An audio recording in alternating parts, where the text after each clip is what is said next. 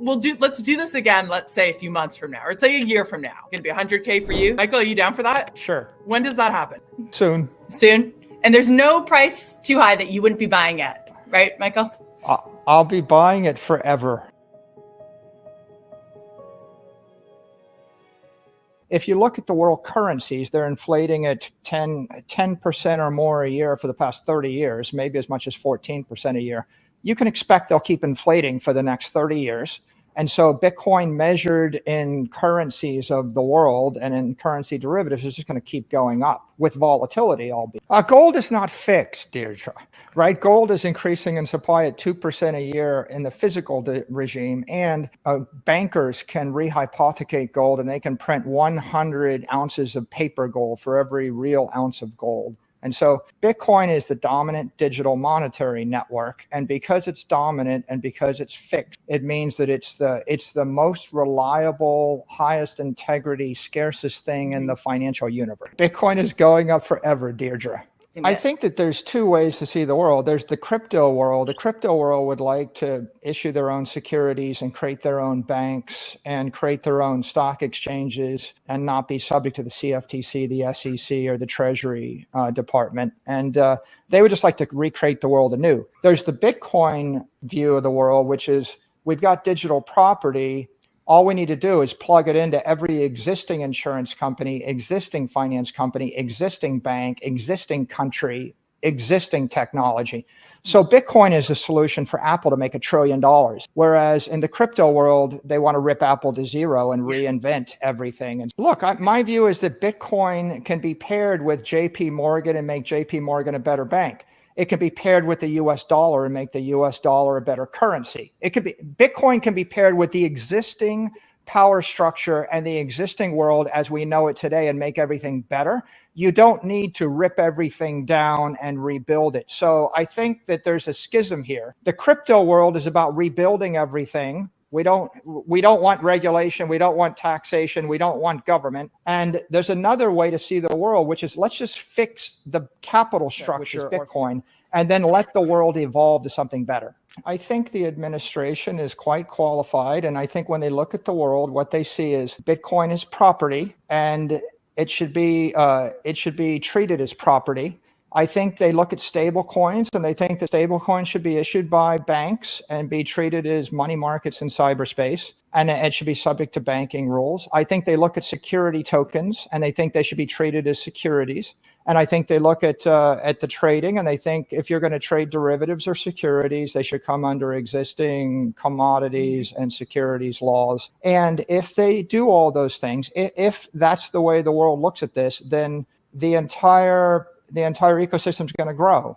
Stable coins are $130 billion right now. And if JP Morgan and Citigroup start issuing stable coins, we're going to go to $1 trillion and then $10 trillion and then $100 trillion.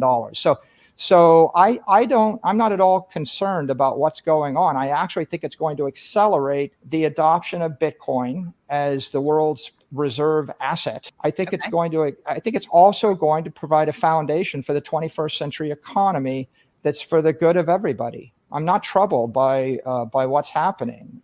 If you're an entrepreneur and you want to be a bank and you don't want to get a banking license and you don't want to comply with existing Treasury, CFTC, and SEC rules, then you might be concerned about them having an interest in you. But on the other hand, we have $500 trillion of stuff in the existing system. And I think it's more important that the existing banks, the existing companies, the existing countries adopt the digital asset economy than it is that they stay out of that system. I'm an optimist, and I actually believe that Bitcoin can fix everything and that technology makes the world a better place. I'm an optimist. Gary Gensler taught a class at MIT on blockchain and money, right? Nobody in the administration understands digital technology better than him. And we've got two possible views, right? One view is, wouldn't it be nice if stable coins were used for international remittances by global multinationals? What if the US dollar was used by 8 billion people on the planet in a friction-free fashion, right? And what if the entire world economy of 100 million companies and 8 billion people all evolved to something better? But if we're going to evolve to something better, then governments need to adopt it and get comfortable with it, like the United States government. And the banking sector and the financial sector and publicly traded companies need to be able to handle it. And I think the objective of the administration is to bring this technology into a regulatory framework such that the entire world economy can avail themselves of the benefits of money moving at the speed of light. That's what's going on here. Before we continue, help us clicking that YouTube like button and subscribe now to our channel. This shows the algorithm that you valued this information. And it helps us spread that message. Sharing is caring. And now, let's continue. Let me make a point here, which I think is constructive. You have the crypto economy, which has been entrepreneurial and has been a bit opaque and under-regulated or unregulated for a decade, and it got to a few $1 trillion.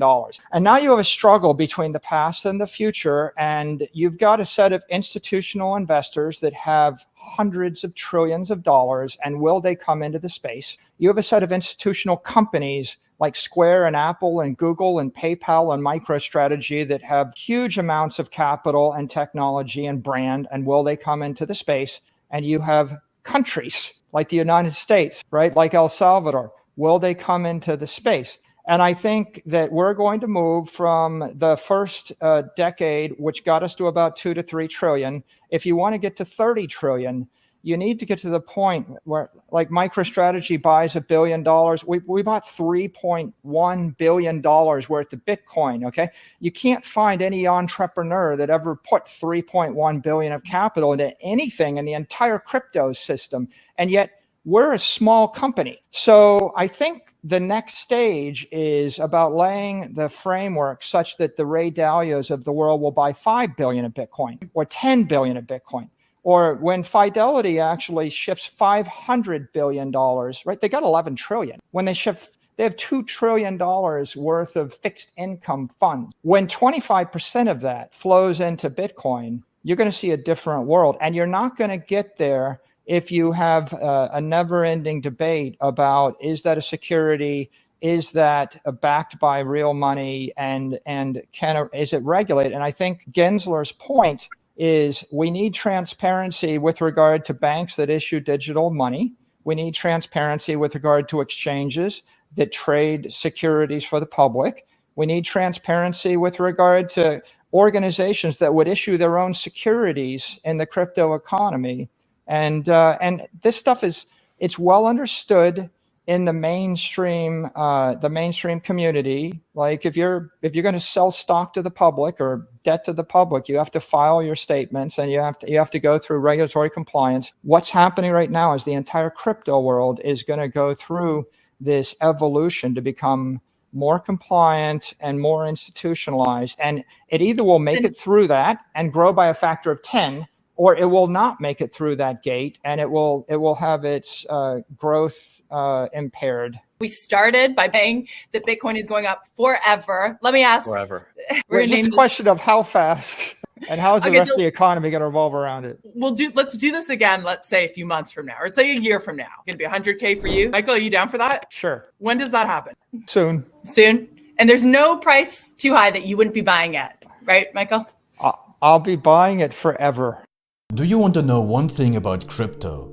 I made over 3,000% in profit in a few weeks. Fact is, the traditional financial system, the traditional money system makes you poor, not rich. If you want to earn $500,000, $1 million, you have to wait until you're 50, 60, 70 in the traditional financial system, and you probably will still be broke. And you will be old. This is not a sexy combination, as you can imagine. But the question is, how can you start in crypto and make these profits? Where to invest? Where to start? My name is Gunnar and I'm from Germany, as you can hear, and things are a little bit different in Germany. More about that later on. Fact is, there are lots of different cryptocurrencies. It's a gigantic universe where beginners and professionals get easily lost. But there is light at the end of the tunnel. There are 7 key steps you need to follow to become successful in this market. You have to know them, and if you fail one of them, it's literally impossible to succeed in this market. Just an example, one of the key points is your exchange, and one of the biggest are, for example, Binance and Coinbase.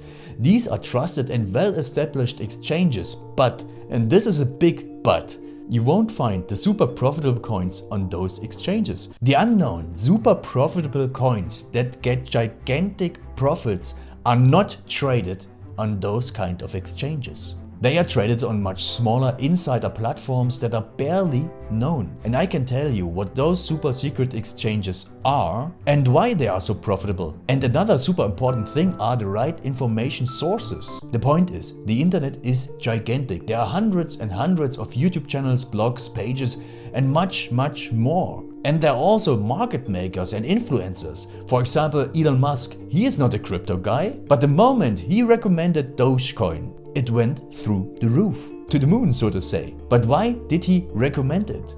Where did he hear it from? He didn't hear it from newspapers. And believe me, he is listening to someone. But you have to know who, and you have to react before he is reacting. This is really, really important. And these are only 2 of the 7 steps you have to follow in order to be successful in crypto. And if you want to know all of these steps in much more detail, and if you want to have a comprehensive checklist, here's what you should do. There is a link below this video. Click on this link and you will get the opportunity to subscribe to my channel. Click on the link and you will see a video where I explain the next steps. So see you soon. Click on the link now. I'll see you there.